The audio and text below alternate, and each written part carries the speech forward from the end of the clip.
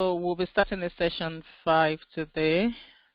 So I think this we've got a bit. I know probably maybe some of you must have seen the message, the notice on the Telegram that there will be workshop on the March 14. 11 to 5 p.m. So if you are interested to attend the workshop, the deadline I think is tomorrow for you to actually register. Once the link that is provided on the Telegram, then will you be able to receive confirmation that you will be attending the workshop and what you need to do. But if you are interested, 11 to 5, please try and register on the with the link that is being provided. And prior to now, we've discussed about the roles and responsibility of a business analyst, so where we talked about the stakeholder analysis and the identification, the investigation. We talked about the workshop, the interviewing, the scenarios, yes, and shadowing as well. And we also talked about the requirement elicitation, so and analysis. And so now is just moving on to the business, documenting your business requirements, which is the So last week also we discussed on the business process modeling notation. I know we rushed that. Once you download your Visio, you will be able to actually practice that. Once you have the option of where we talked about the cross-functional diagram and also the use case and the flow chart as well. So, and for this, so on this, I'll quickly show you the notation. I think I did that last week, the BPMN. So because it has a different notation, it's separate from the, let me just quickly show you that one. And I think the system is running, I don't know. So we just have to wait a bit for that because I just want to show you the BPMN symbols because that is different from the cross-functional one. So where you have circle, start. Okay, so while I wait for that, so probably maybe I should just progress with the, with this one. Probably maybe I will have to show you the symbols later, the BPMN, the swim lane, the cross-functional symbols, so it's different. So, and we talked about the context diagram where we have level 1, level 0, level 1, level 2, level 3. So now that you've actually gathered your requirement via maybe interviewing or the workshop, so you have all the requirements now. And like I explained, I think during the introduction, that we need to, probably maybe the session 1, that you have high-level business requirements and also high-level requirements is basically probably, sometimes it could be just probably maybe 6 pages. It's just to give high-level, like high-level information about what the project is all about the requirement. So for example, if a requirement you may have like, oh, you want to be able to approve a form, or you want to be able to, let's say for example, let's take probably maybe a website. You want to develop a website, maybe like a shopping or maybe let's say a shopping website. So we can say the high-level requirement is that once the customer to be able to purchase, we want the customer to be able to make payments, we want the customer to be able to browse, maybe to browse the catalog, we want the customer to be able to, choose a delivery method. So that could be like high-level requirements. So you have to list that as well as part of the requirement. So they may just say, actually, what we need is for you to document the high-level requirements. Then later on, then that will be able to, that will help the project or maybe the sponsor to be able to know what are the things that they need to do, or the technical team to actually have a bit of background about what the project is all about. But it's once they know the background, have the background information about, the requirement, then they may say probably maybe 2 weeks after, they may say, okay, now you need to start documenting your requirements. So that's when you now need to actually deep dive into requirements gathering, that you need to make sure you fine tune all your requirements, because at the inception of the project, they may not really know all the details of the requirements or all the details of the solution that they actually want, but they may have an idea. So is that idea that they will actually, that you will actually put down, saying they just said they want to be able to, customer to be able to order something online, order clothes online, browse through and make a payment. So that could be just like high level. By the time you now start documenting the detail, then you can now say, so the detail requirements could be, probably, let's say you take one, let's say the customer should be able to browse, through the catalog, maybe through the catalog. Then that may be broken down into like maybe 10 or 12 requirements. You have to, so the detail requirement is when you say is a detailed analysis of the requirement, that you have to specify everything out, everything that is needed. So probably, for example, the high level requirements could be just 11. By the time you document your detail requirement, you may be having like maybe 35 or 50. So it all depends. So it's just for you to have to know, because they may say, I just need you to document the high level. You should know what they're talking about. And when they say the detail level, which is the level 2, then you know that you need to, analyze all each of those requirements and break it down into each requirement. So it's just a date requirement. I think that's why I said about that, but it's just for you to have that understanding. But then we'll try and document during the course of the session.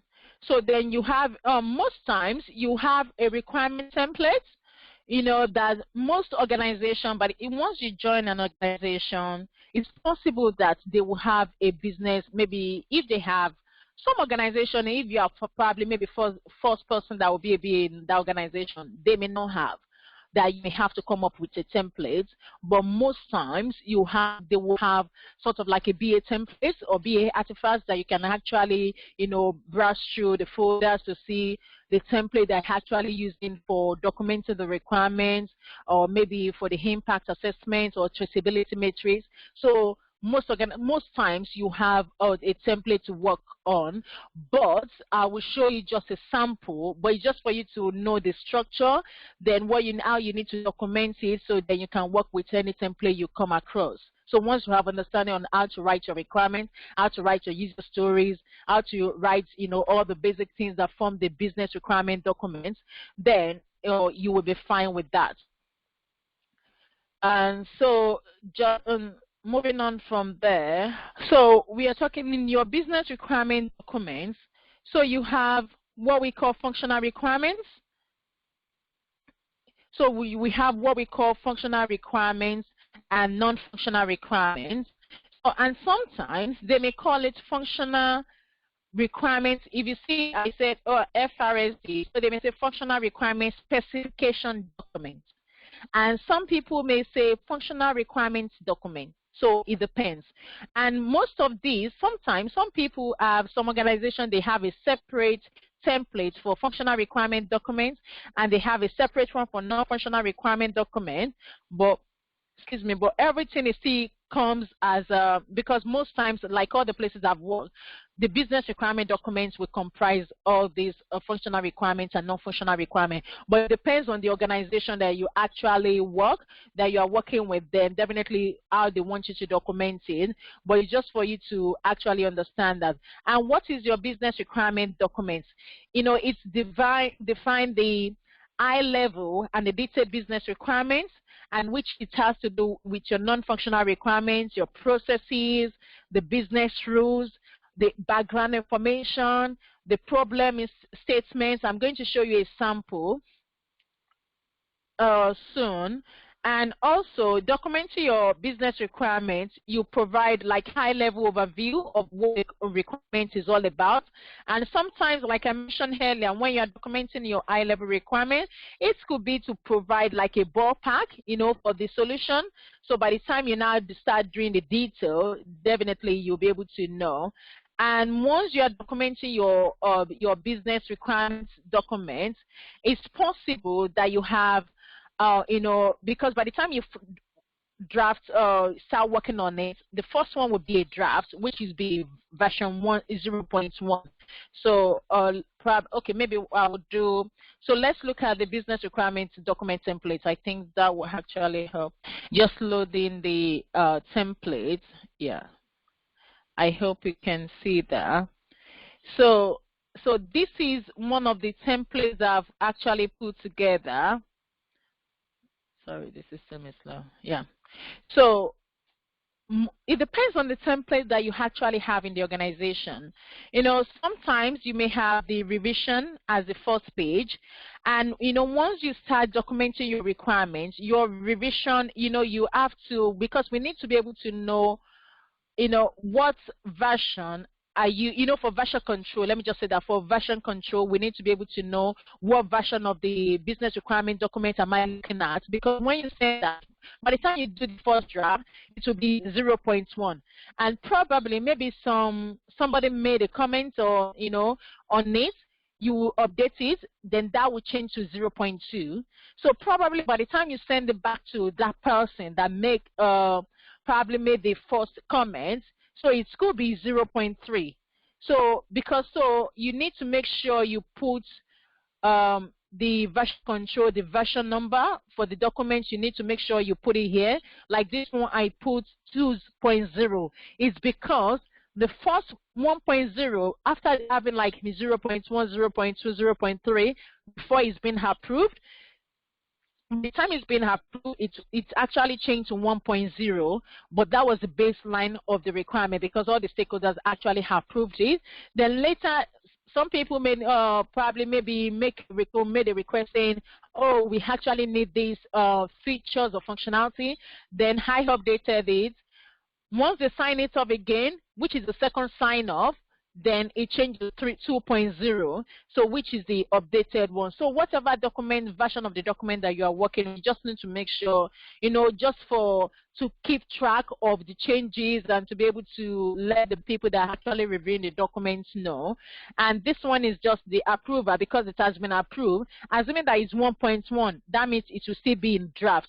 If it's 0.1, that means it will still be in draft because that means it has not been approved. So depending on the you know, the organization that you're working or the template they are using, but this is just like a sample. It's just to show who is the sponsor, the project sponsor, the program manager, or the BA that is working on it. And also we have the document control. Sorry, so we have the document control as well. So the document control is to say, when I drafted the version 0.1 is the first draft, the date that I actually drafted it, and also probably maybe after making some changes or maybe I received some comments, then I would say this is now version 0.2. So then I will, because you have to put the comments why is actually changed or what made the difference between it. So here I put updated following comments from so person, depending on the name of the person, if you want to put their job title or their name. So you need to put it there. It's just to keep track, you know, to be able to know the history for audit trade, to be able to know, or you know, what the document that is being reviewed, if it has been signed off, if it's still in a draft, who made a comment, and the date that you actually producing it, that you actually documented it. And so you have several, so you may have several versions, so but you just need to make sure as you're updating the documents, you keep the version control. You update the first page saying this is now version 1.1, and you update the section here. And so once you document, assuming that you've documented it, this is a complete document, and you've documented it, here you will actually put it there saying, oh, you've actually maybe, you know, the people that you've actually sent the document to review, so that whoever that is reviewing the document will be able to know the people that has received or maybe reviewed the documents, if anyone's have approved it, and the date of the approval. So it's just a bit of, you know, information to anyone that picked up the document to be able to know that these documents have been circulated to maybe head of business system or head of finance, and it was actually approved by this person. So this, you know, just in case if anybody wants to reference to it, then they can easily use it. And because, as your business requirement document, before you can actually have your sign off, there is possibility that you have, probably maybe several alteration or maybe comments that you want to update. Make sure that, depending on the organization that you work or that you are working, so you need to make sure, probably maybe if you have maybe colleague like a BA, you can ask the person to review your document, or if it's your BA manager, just for quality assurance. So it depends on. So, but it's always good, because sometimes you may not maybe see some things, or maybe then the person will be able to spot any mistake, or maybe just give you advice or maybe suggestion that, okay, why not do this one, why not update this. Peer review is always good. So yeah.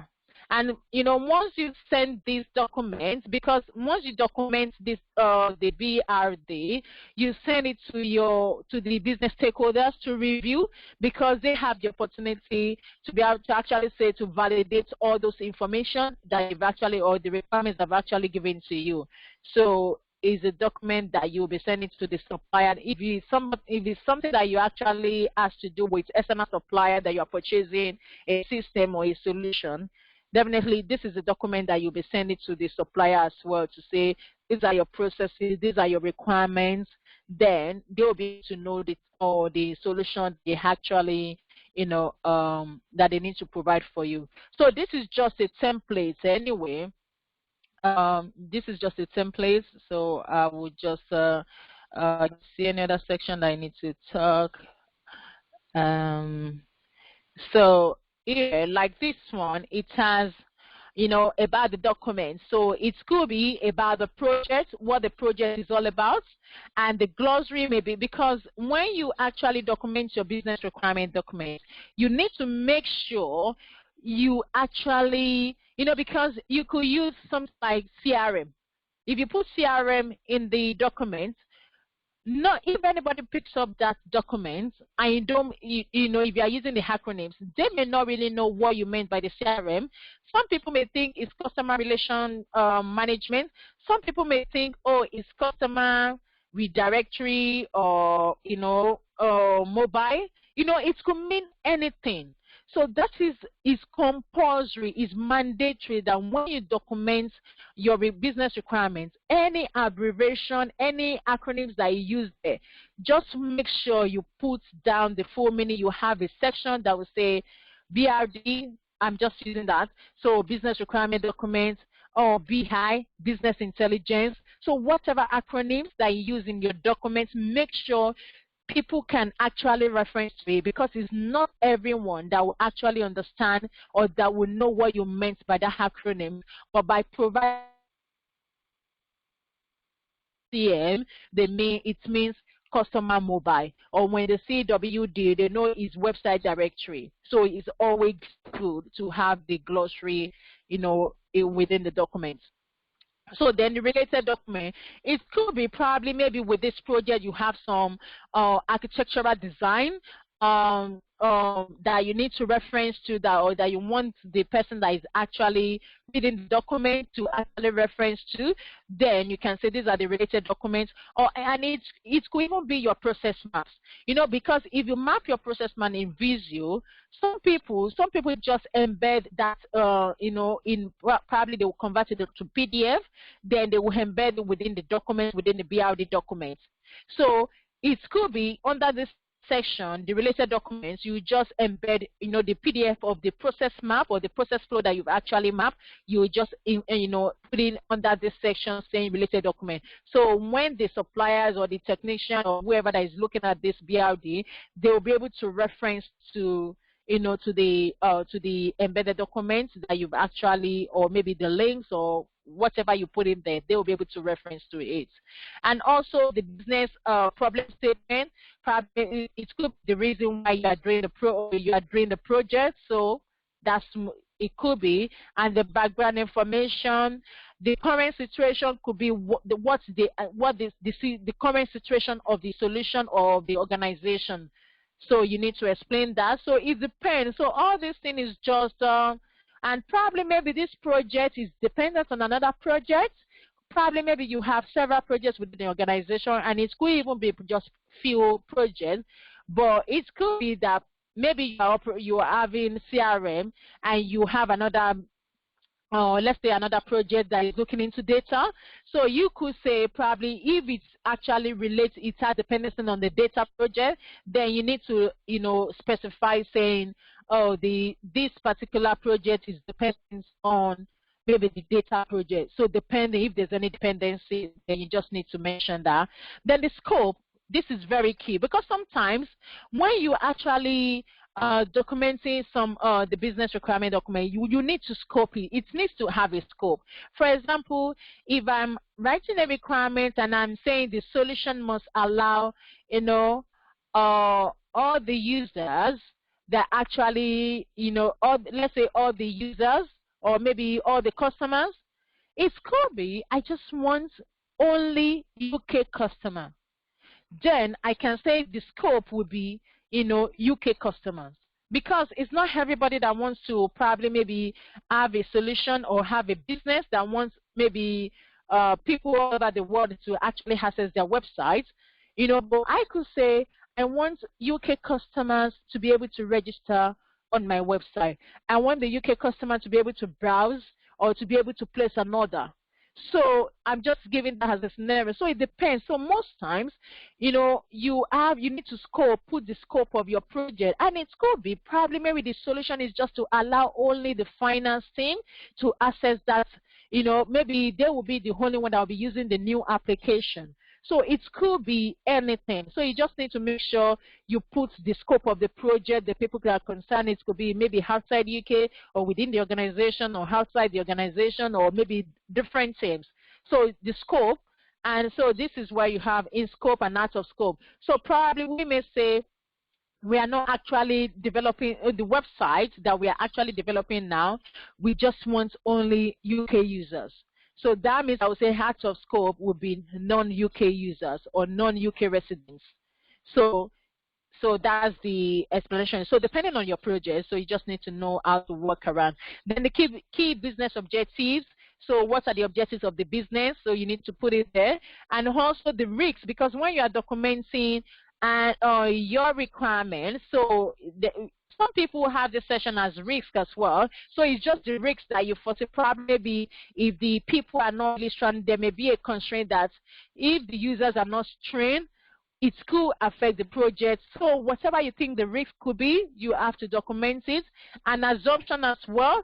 Assumption could be probably maybe you assume that everyone that will access the website will be UK residents, or maybe anyone that will access the system they would have received their maybe password, their login details. So it could be everything, but this is just to give you a flavor of what the business requirements document looks like. So then this section where you have overall requirements is where you have your detailed requirement, so which I'm going to do. So this is just, so you could see here, so the first to be, so the proposed changes could be maybe to be process map, what you actually want. Then you have a section for functional requirements and non-functional requirements. And you have must, should as well, could, because this does not have one, so that's why it's not appearing. So even it could be probably maybe you will only have must and should. You may not even have could. You could have just only must, and you could have just only must and could. So it's not mandatory that you have to have everything, that you have to have all the must go there. So it could be just only must. So depending on what your requirements is, then you put it there. Then you have a section for to be, and yeah, so this is another one. So this is requirement stakeholder, where you have your RACI, you put it there, your objectives. So this is similar. This is just to give you different flavor of what the business requirements could be. And if you could see here, you have context diagram. The one that I showed you earlier, because this is another one, which this is another template. So this one has context diagram, process, business context, process map, the data flow, the context diagram. This one even have high-level process map.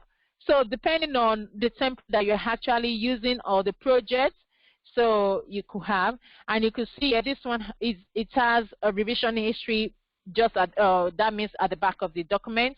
Accountable, the people that you've consulted, the people that you've informed, then the glossary. So this is a different template, and this is another template as well. Still similar, you have your functional and non-functional requirements. So in your BRD, you will definitely have your functional requirement, because that's the reason why you actually documenting it. And it's definitely, most times you have your non-functional as well. So yeah, so that's just the template on business requirement documents. And when you are writing your requirements must not overlap. You know, when you are writing your requirements, you need to be specific. For example, if I'm writing a requirement, so labeling your requirements, for example, if you are writing a functional requirement, you can say F001. So F001.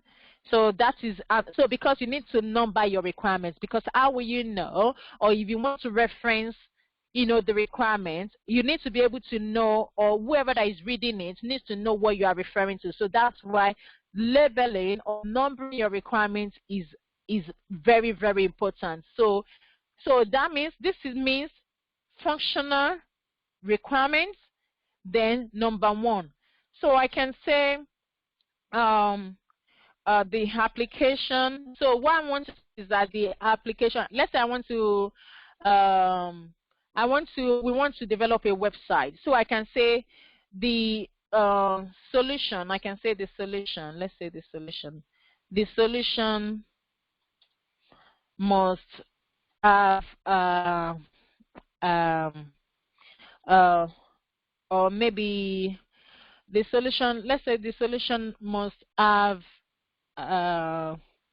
let's say menu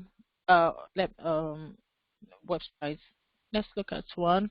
Let's say payments. Yeah, payments tab. So you can see here. So if I want to write another functional requirements, I can say user or customer. Let me say customer must have capability, or maybe to create new to create an account. So then I could have another one, functional requirement. I might type. So I can say application must accept credit card, credit card payments.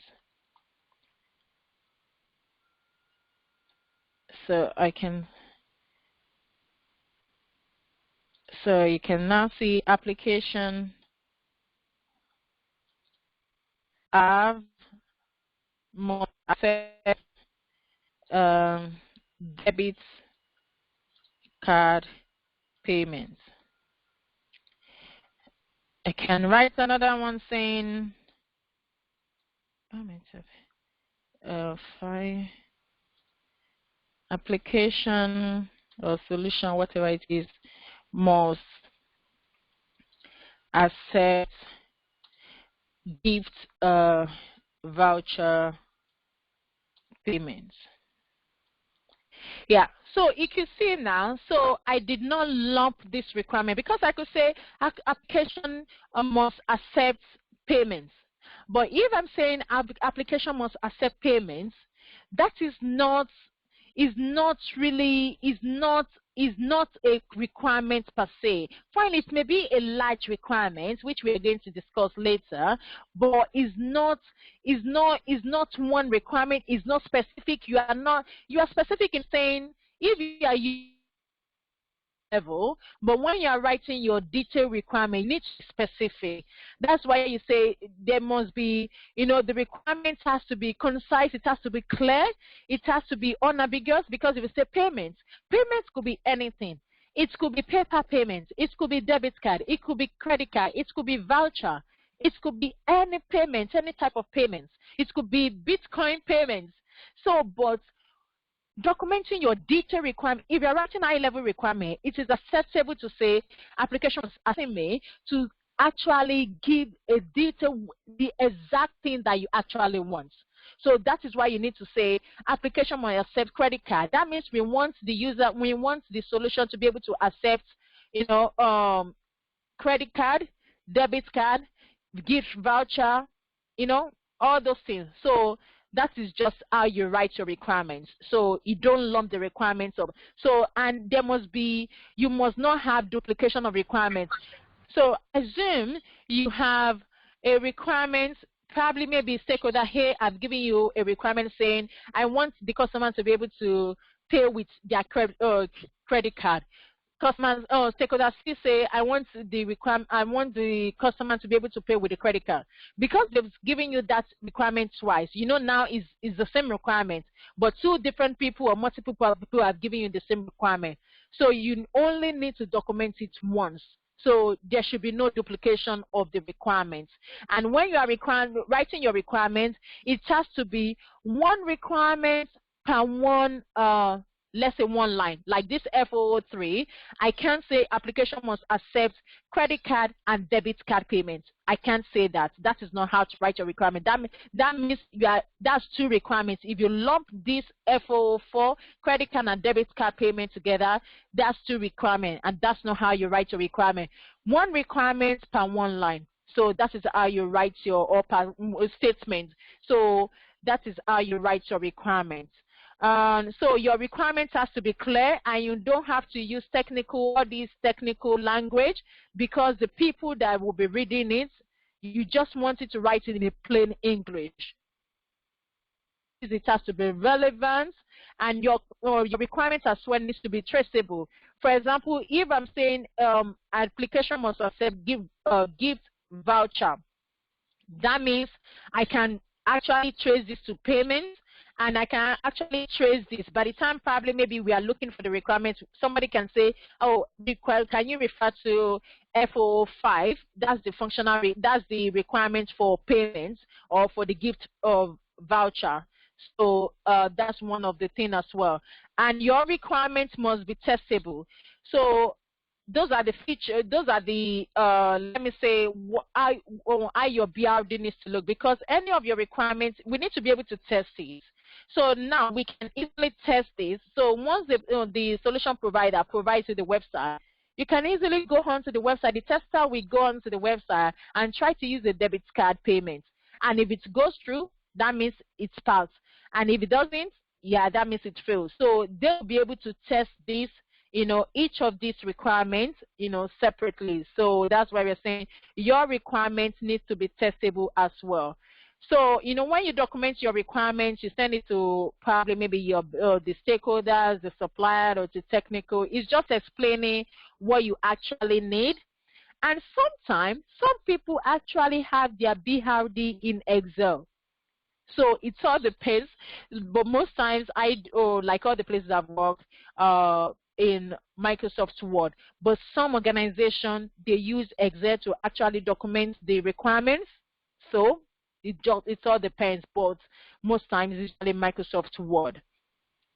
And when you create your requirements, like I said earlier, you have to review it, make sure all the requirements, there's no duplication, there's no conflict of requirements, there's no unrealistic, even because if the stakeholder say we want the solution to maybe to do some certain thing that is not possible, you don't have to write it there. So your requirements needs to be, realistic, and it needs to be able to measure. So that's where the SMART, the SMART icon is.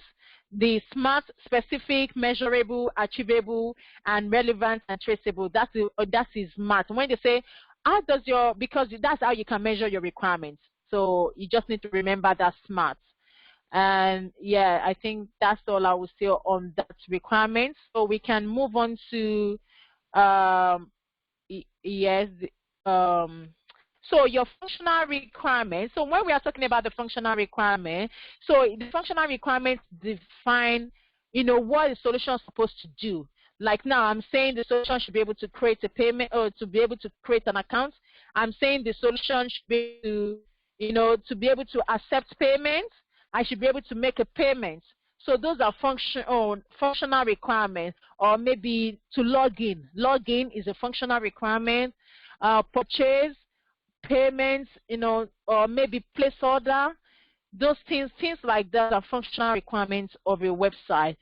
When we are talking about non-functional requirements, I don't know why it's saying this, but when we are talking about non-functional requirement, that is defining how a solution is supposed to be.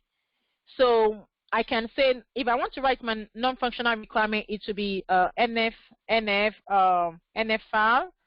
So some people, depending, it could be 001, depending, but sometimes it could be maybe you just write NFR1, because most times you don't usually have like non-functional, a lot of non-functional requirements. But when we are saying non-functional requirements, we are talking about how we want the website to we are using website now, how we want the website to operate. I could say we want the website to be able to allow 5,000 traffic, that is 5,000 concurrent user on the website.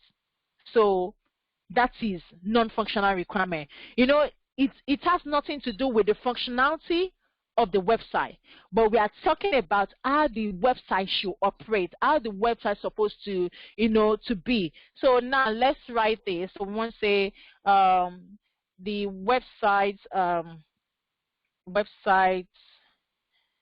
to allow let's say 5,000 concurrent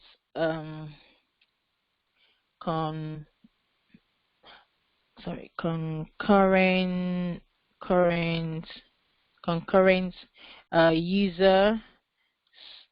Okay, so we are saying it should allow 5,000 concurrent user. We could say our NFR2 is that the service on the website should be available 99.9%. So that is another NFR, availability. So we can say availability.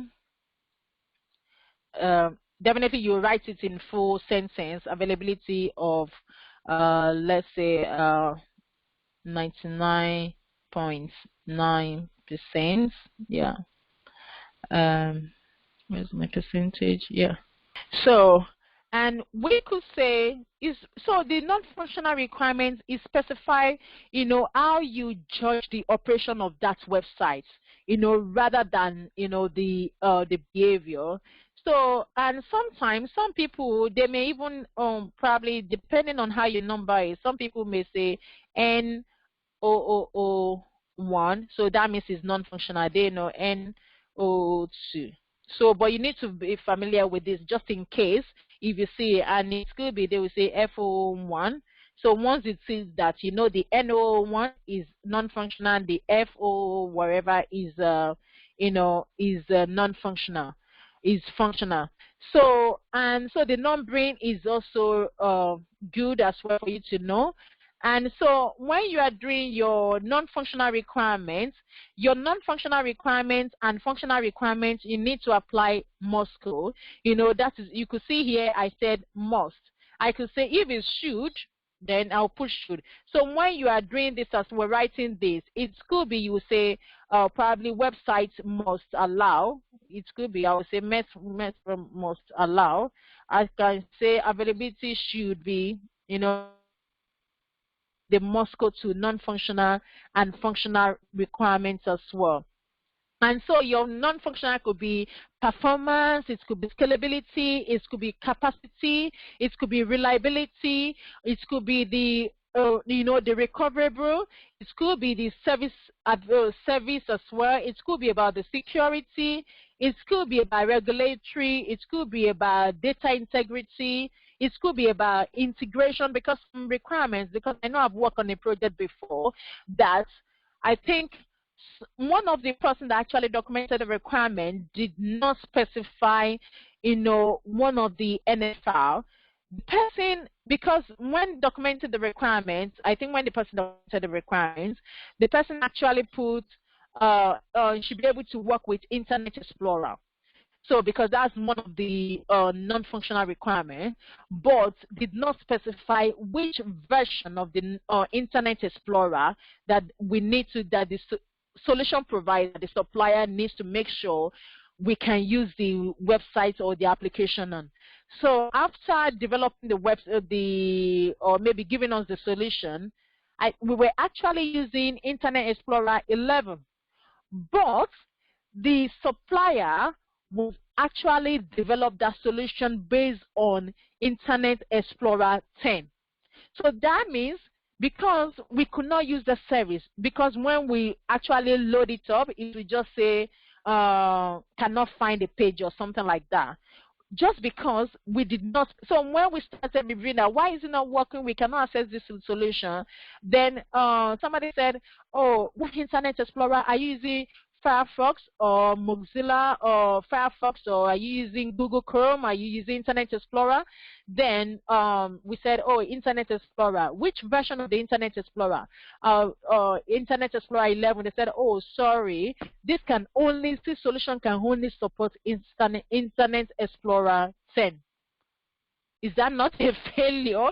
So that means, is that a wasted money or wasted resources? Because that is why the business analyst job is very critical, because you must not make any mistake. Because assuming now they've designed a solution and it can only work with Internet Explorer 10 or Internet Explorer 11, assuming that we are using Internet Explorer 9, that means the organization now needs to go and purchase or upgrade all the Internet Explorer 9 to Internet Explorer 11. So non-functional requirement is also really, really critical, just as the functional requirements. You need to make sure you actually pay attention to that. And sometimes it could be integration. They may say, oh, the solution must be, we need to be able to make sure we are able to integrate the new solution with our existing Active Directory or our existing CRM or our dynamic solution. So there could be, because in an organization you could have several systems, and they want the new solution or the new system or the website to be able to integrate, or maybe because they want to be migrating the data from one website, to another system. So it could be one of the requirements in under the NFR would be integration of the new solution with the existing system of CRM. So you need to actually pay attention to that as well. So it's very critical you actually document your NFR properly. And so it could be about backup or recovery, like I mentioned. So all those that NFR, but definitely when you are working within the organization, you may need to actually liaise with the IT team that will actually let you know what exactly you need to look out for. So, and I think with that, I will pack the NFR and the functional requirement to, yeah, I think you can read up on that. So I think those are the basic things that you need to actually know on this. So we'll move on to the next, back to our slide. So now, now we've talked about the business requirement documents, and it could be sometimes you may have your user story within your Microsoft Word as well. You may have some session that will say user stories, and it could be probably maybe you have a separate document. Some people do have it in a separate document, or maybe like in Excel that you have it there. Excuse me. So just to run through this, so the business requirement document, so you have what we call theme. So the theme is more or less like what actually common, to the requirements, your user stories. And when we are talking about, the epic, Epic is like a large user story. When we say epic could be, it could be like, for example, the payments. We could say the epic, when you say epic is a large user story. Anytime you hear about epic, we are talking about a large user story which can be broken down into smaller user stories. So it could have, multiple user stories. So for example, I can say my epic is I want to be able to make a payment. So that's the epic. So now, if I want to write a user stories from the requirements I wrote earlier, I could actually say I could break that down into about 4 different user story. So I would say I want to be as a user. Okay, let's use it for example. Now we've talked about the epic is a large user story which can be broken down into many user story. So then what is your user story? A user story is, what you have, what you're trying to say is, this is the role, this is how you write your user story.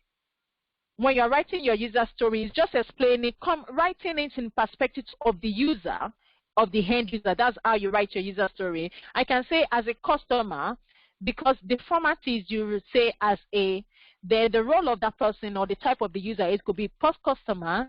And if you are talking about maybe administrator, you could say as an administrator. It could be. So depending on how you want to use that functionality or the feature of that system. So you need to write a user story in that perspective. Are you writing from the perspective of the end user, or you are writing from the perspective of the head of business, or head of the department, or you are writing the requirements from the perspective of CEO? Is it the CEO? Maybe CEO needs to be able to view the CEO. I want to view the I want to view the high level report so that I can make informed decision. So I could write this from the perspective of the head of business or head of department. Say, as a head of department, I want to receive monthly report so that I can see the performance of my staff. And if I want to write it from the perspective of the user, maybe the end user, I can say maybe as an administrator or as a staff, I want to be able to view my PDP, this personal development plan, so that I can plan my maybe course. So that is how you write it from the perspective of whoever is using the system. So that's why we put it here that as a role. So the role is it as a business or as a user or as a customer? What are you trying to achieve? You say the action. What exactly are they trying to do? Then the outcome is so that I can maybe eat, or maybe as a customer or as an account holder, I want to see my bank statement, or I want to see my statement of account so that I can see my transaction details. It could be. So you just write it from the perspective of depending on the requirement. So because you use the requirement to write the user story. Like for example, the payments that we wrote earlier that we say the solution must allow maybe payments. So now we are writing. So let's assume the payment is the epic. So now we are now saying as a customer, I want to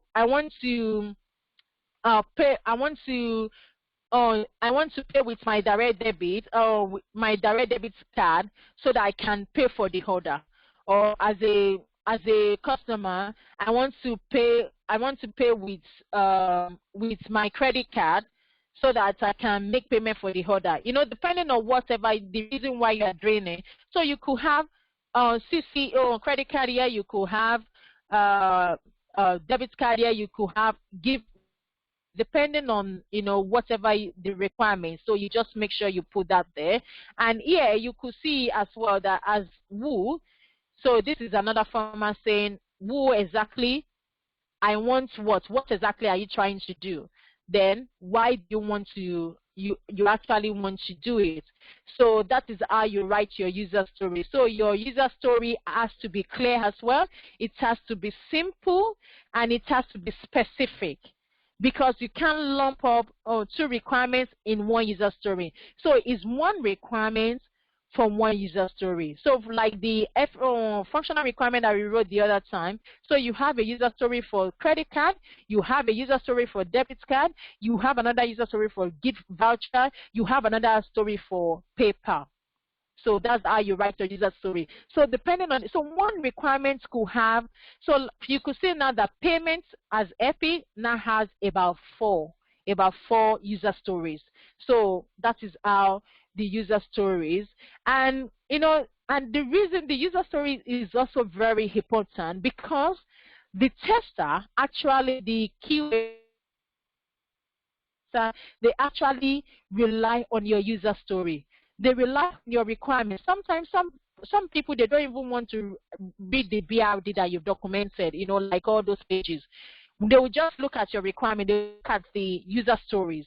So it's the user story that will actually help the developer because because this is what it will help the developer to understand what they're trying to achieve, because you can write, I want to be able to pay by direct debit. But the developer may not really actually understand that in detail, but this user story actually provide, more information, for the developer, and that actually help the developer to actually code or how they need to build a system, because they know what you are trying to do, then they can do the right thing as well. So the developers and the tester, they rely on the user story and help it to write, because it's from your user stories that the tester will actually write their test cases. That is why, the BA, the main reason why a BA is a very vital role, because your QA, the tester, the developer, they cannot figure out the requirements. They cannot figure out the requirements. They rely on BA to actually give them the requirement, because it's the BA that actually gather the requirements. Then they actually, before they can even have an idea of what the customers or the stakeholder wants. So without you, they cannot figure out what they want. So that is why your user story needs to be very clear and be specific, so that will actually help them to be able to build what they need to build, or understand, or maybe write the appropriate test cases as well. So, and your user stories, like I said, you have the roles, you have the functions, and you have the so this is the function and this is the business value. And we can have another example as perhaps we can say, as an internet banking customer, I want to see my balance for everyday for my everyday accounts, so that I know the balance or the transaction of whatever goes out of my accounts.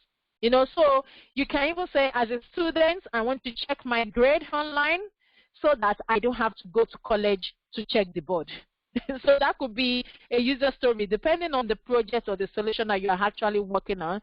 And you can say, as a credit card holder, I want to view my statement. I want to view the statements of my account so that I can pay the minimum payments. So all those things are user stories. So that's how you write your user story. Just need to understand the formula. So then the format of how you write it, then you can move on from there. Yes, this is stuck again. So when you write your user stories, one other thing that you need to remember is also acceptance criteria. Anytime you write your user story, you need an acceptance criteria for it, because for your requirements, you have, your acceptance, because if you write a requirement, you write a user story, then how do you, if the developer actually build it, how will you be able to say, to be able to say this is exactly how it has been done, probably, or maybe it has been completed. So what is acceptance criteria?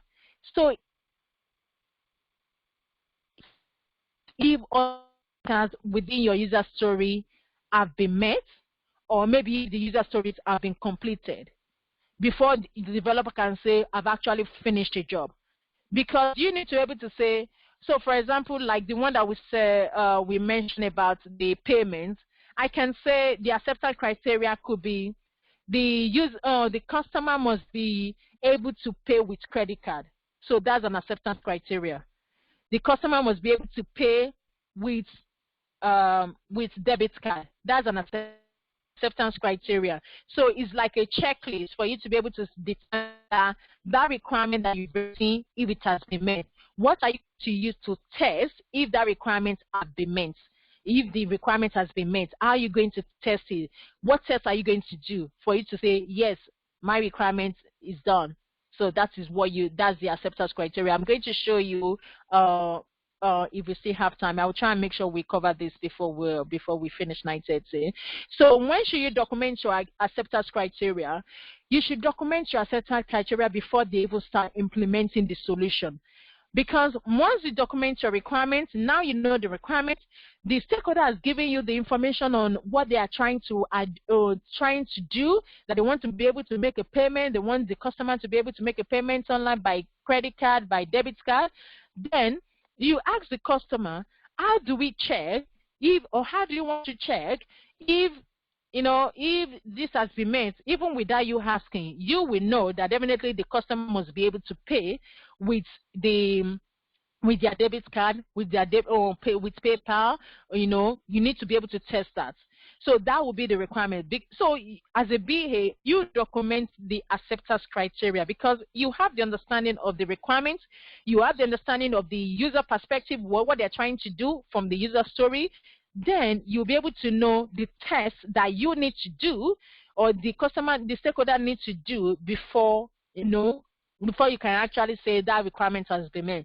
And once you document, so although the stakeholder may give you some information on the acceptance criteria, but you should be able to come up with most of it anyway because you understand the requirement.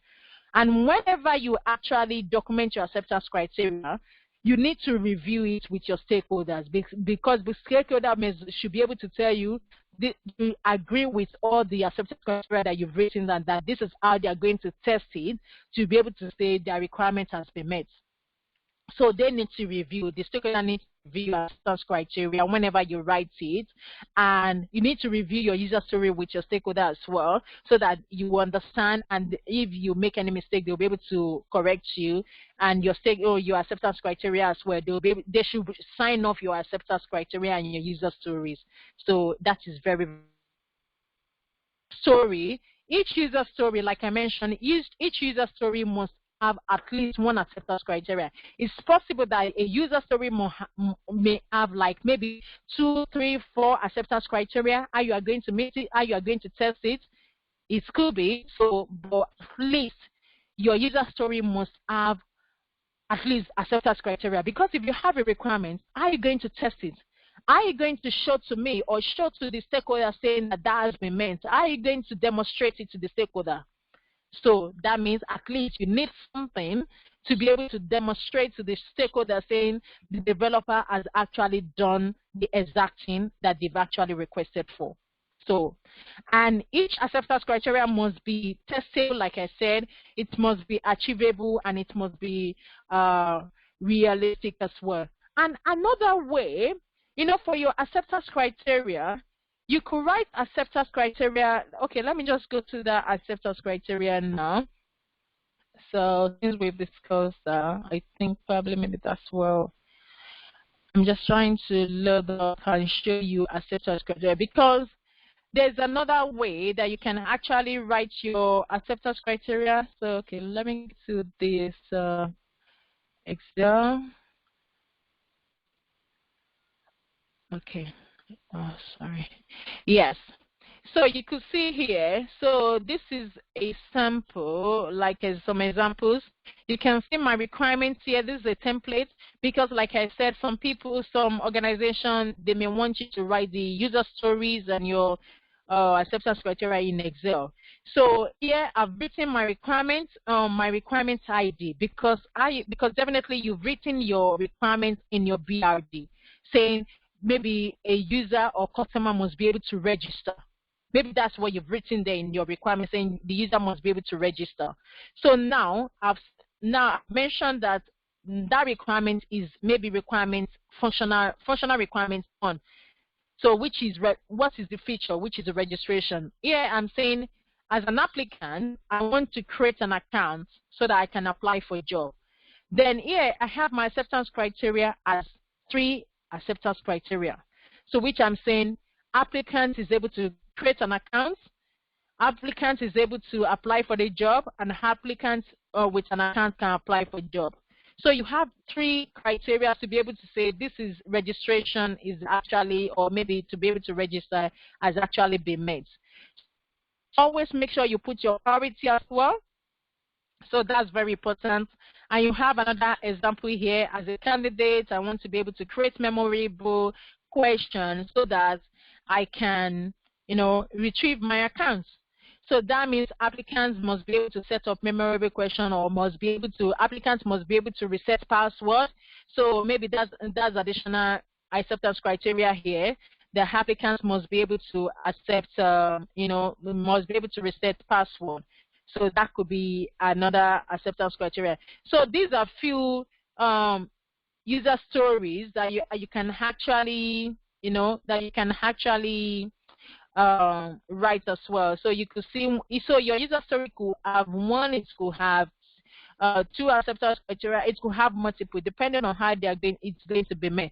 And another way to actually write your requirement, your acceptance criteria, if you're working on a digital solution. When I say digital project or digital solution, it could be probably maybe website development.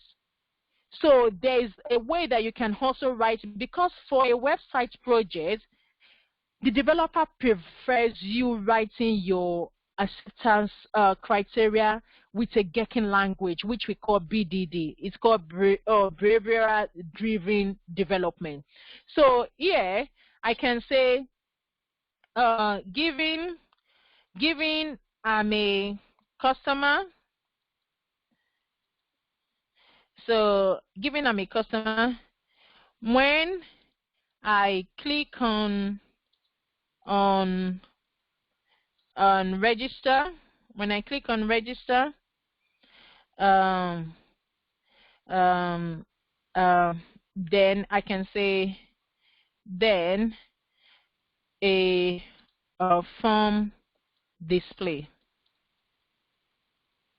So these a way to write an acceptance criteria, another way to write acceptance criteria, acceptance criteria, and I could even continue to say, let's say complete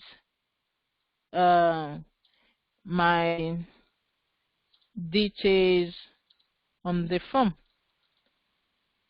So I could say, for me to be able to register, for me to be able to say this is actually met, I'm saying, given I'm a customer, so I'm trying to say as an applicant, say, when I click on register, then the form display. It's more or less like action. This is your action. When is what do you actually do? Given is your role here, like an applicant as a here. So this represents a role. I want to, that is what is the action that you actually carry out. When I click on register, then what should happen? Then a form should display. So this is another way. So if you're actually working on a digital project, for your acceptance criteria, this is a better way to actually write your acceptance criteria. Remember, user story is different from acceptance criteria, because some people, they mix that up. Your user story is different. Your acceptance criteria is the way that you're going to test it. What are the steps that you're going to, is more or less like a step that you're going to take, for you to be able to actually test whether the user story has been met, whether this theme has been met, and whether this requirement has been met. So your user story is totally different from this, because here I'm just saying I want to create an account. But here, this is the steps that will actually help me to actually create the account. So you need to make sure you remember that. So, and you could write, because if you write it this way, if you see the difference here, applicant is able to create an account, but that did not actually give me the detail of the steps or the process that the applicant needs to take to actually, or what the applicant needs to do before the applicant, to create it. But here is telling me that I need to click on a register, or maybe register tab, or register button, or I need to click on submit, because the given when there, we call it giving when then. It's a Gherkin language. So when I say Gherkin, so Gherkin language, and it's also called BDD.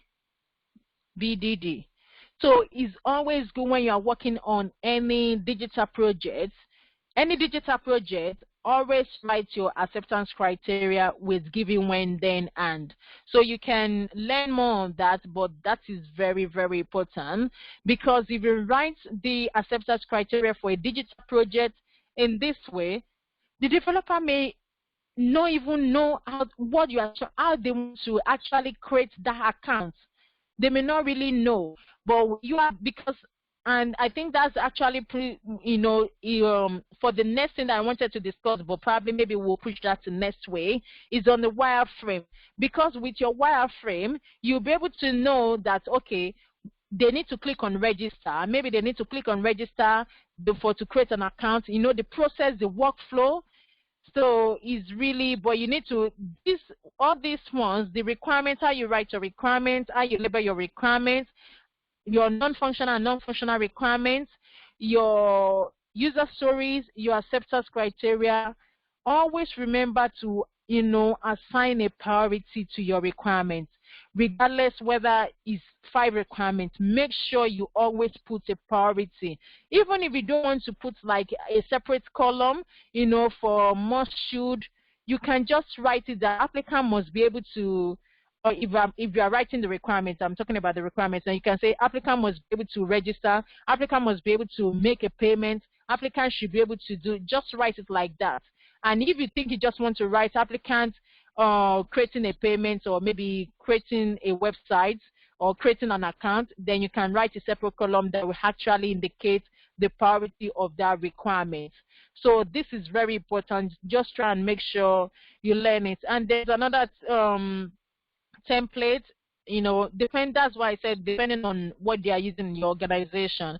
You can see here, this template say user as, this is for the user story.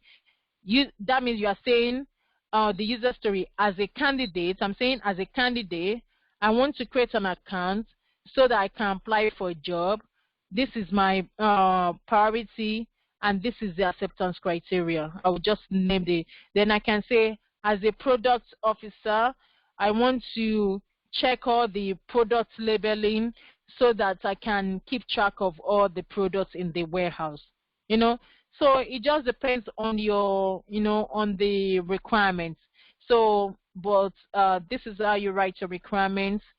Remember your Gherkin language for your digital project. Any digital project is good to use your Gherkin language, given when then for your acceptance criteria, but you still need to write user story, because you can't write acceptance criteria without a user story or without requirements. So is everything you need, requirements, then you need a user story, then you need the acceptance criteria, and you also need the priority as well, because that's what the developer or the solution provider will be able to know. This is the must is very important. They have to provide it. The should, they have to do that as well. Maybe you could do that in phase 2 or phase 3, dependent. So priority, acceptance criteria, user stories, and the things, I think, those things are very, very key. And I think we'll stop there for today. Yeah, so I think, so we'll stop there for today. Let me just quickly go through the questions. So if I see, okay. Using RaidLog, risk assumption issue dependency are the constraint same issue as issue. Well, because this is not actually RAID, because this is because the RAID is being, the people and the project management people, but this is this is just from the perspective of business analysis. So is actually issue, but we are not saying constraints. We are not, it could be, I don't read, to be honest, I can't. Constraints is just something that you think could be an issue, but it's not an issue yet. It's not an issue yet. So yeah, so it's not, for me, it's not issue here. We are not talking about issue here. So from the perspective of what I've written, there is no from issue. I know you.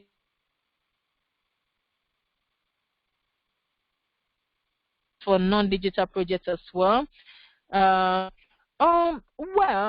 yeah, it depends on the developer. If it's something that has to be like a process, if you think it will actually give the developers or for example, like because I actually had in mind to use one of my projects as a scenario. Like for example, if you're doing like a data or business data project, I cannot use Gherkin language for it because I've written business requirement document because okay I worked on a project which is a data project like business intelligence project, and it has to do with reporting, with data. So but with this I've documented my business requirement documents. I documented my acceptance criteria, my user stories, but the way I've documented my acceptance criteria is different. I could not use given when then because it's not applicable. Because there was no way I could say given when let's say the manager click on reports, it should download. It doesn't really flow well, you understand? So there are some projects that you cannot use Gherkin language from because it doesn't just work for it. But mostly it works for digital projects. Mostly it works for digital projects. But for non-digital projects, for example, let's say GDPR, a regulatory project, you can't use given when then for it. You can't use given when then. So I would just advise you to only use the Gherkin language for digital projects, but no, I will not advise to use it for non-digital projects. I will not, because I don't anyway. So I would not advise you because it won't really work well or flow well with with that. So I would not advise you. So because regulatory project you can't use given when then. BI project, business intelligence reports, you can't use given when then. No. I would. So it now depends on how you. I don't know. Yeah. So with the Gherkin language I used to think is arranged as given when and then. It depends on what you are trying to achieve. Given when and then is still the same thing. It's still the same with it's the same Gherkin, because some people write it given when then and wherever. It depends. Given, some people will say given when I maybe giving as a something and I do this and I do this, when I click on the when and then and so it depends on the arrangements. So I don't really think I'm not an expert in BDD, but I know giving when then hand. So boy, it now depends on it depends on the flow. It depends on the flow because make three has about 3 different things before you actually arrive at the then. So if you now say when I click on the page, when I click on the form and I fill in the details and I click on submit, then you can now say when I click on this, when I click on the form and I put in the details and I click on submit, then I should receive an automated email. So that means giving when and then. It could be giving when then. It could be giving when and then. So, but you can check that out. But definitely, that is also correct. Giving when and then. Yes.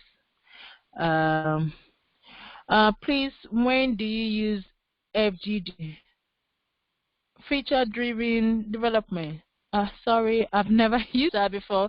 I only know ATDD, which is acceptance test, acceptance test driven development, TDD, test driven development, and BDD, behavioral driven development. I've never used FDD before, so to be honest, I'm not really sure of that. So, but we can look up that later. You can check that out, FDD. So feature, yeah, probably, maybe. When you wrote the Gherkin syntax in BDD,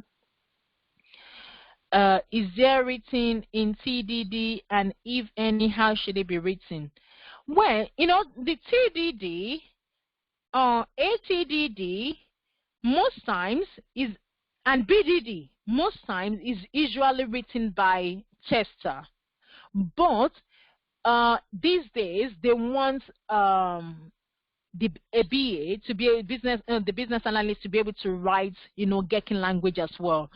But I've never, you may be familiar with it, but I don't write TDD. I don't write TDD. So, but it could be, but I think that's actually for testers, to be honest. I think that's actually for testers, because the BD that you actually write is for the testers as well, because you just make their job easier for them, because they don't really need to go into that detail. Because sometimes when you write some organization, when you write the user stories, you don't need to write the BDD. The tester will go and write the Gherkin language, because it has nothing to do with me, because it tells them for automating the automation testing. So it helps them with that. So because when you write it, they will just put all those information in their automating tools, and they will just run the automation testing there. But most times it's not actually, it's rare before you can see, BA to be able to write BDD. It's not something that is common. It's not even everyone, it's not a BA that knows how to write BDD, but it's just good. It gives you an advantage if you can write the BDD, and if you're working on a digital project or applying as a digital business analyst for any role with digital business analyst, so that will actually give you an advantage that you know how to use write Gherkin language. So, but it's not really like core BA skill that you need to be able to write BDD. So, although I know how to write test cases as well, it's good when you learn all those things, or when you know how to do it, because I've written test cases for one of my previous projects, but that actually gives me a better advantage over some people. So when you know how to write it, is always good. There's no dispute about that. It's always when you know how to write it. Oh, I don't write it. Yeah. Okay, yeah. So what do you use when writing a certain for now? Yes, like so like when you are writing for the acceptance, what's it called? If you are not writing like this one that I showed you here, when you are not writing Gherkin's instance, yes, I can. So I do write this. I can just say application is able to create an account. That's my acceptance. Application, or maybe I can say applicant should be able to create an account. Applicant must be able to do this.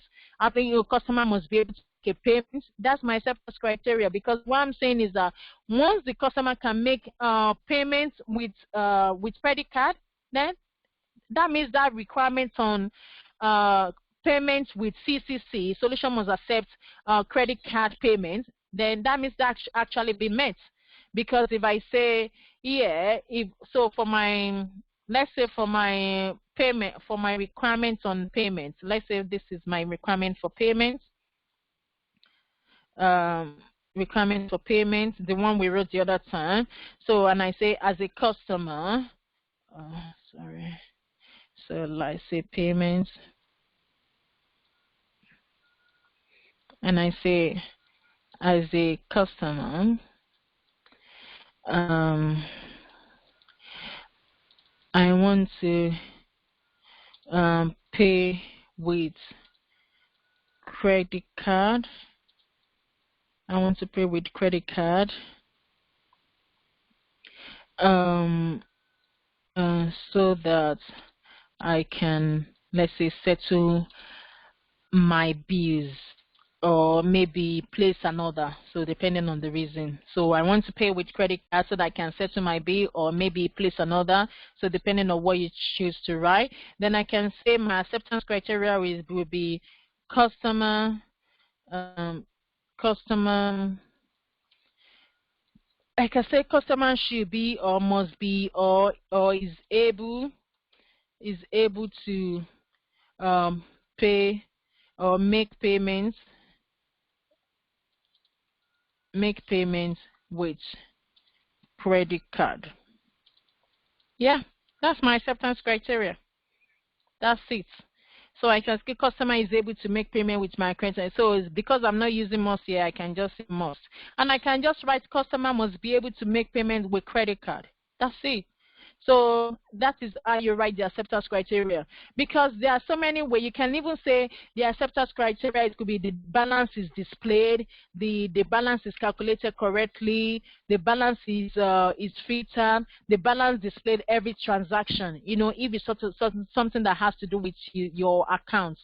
So your acceptance criteria is just like a simple, you know, just a simple English and simple statement just to show that the person is able to achieve. It's just to show how you want to test that this requirement has been met. Because how will you know if the customer can actually? That means you must test, you know, the solution by paying with a credit card. So, and if a customer can make a payment with credit card, that means this requirement has been met. That means it's passed. So you cannot say it's passed. When you are doing the user acceptance, you can say passed. So that's how you do your, that is it for the acceptance criteria. Next week we continue the session next week. Yeah. So thanks for your time and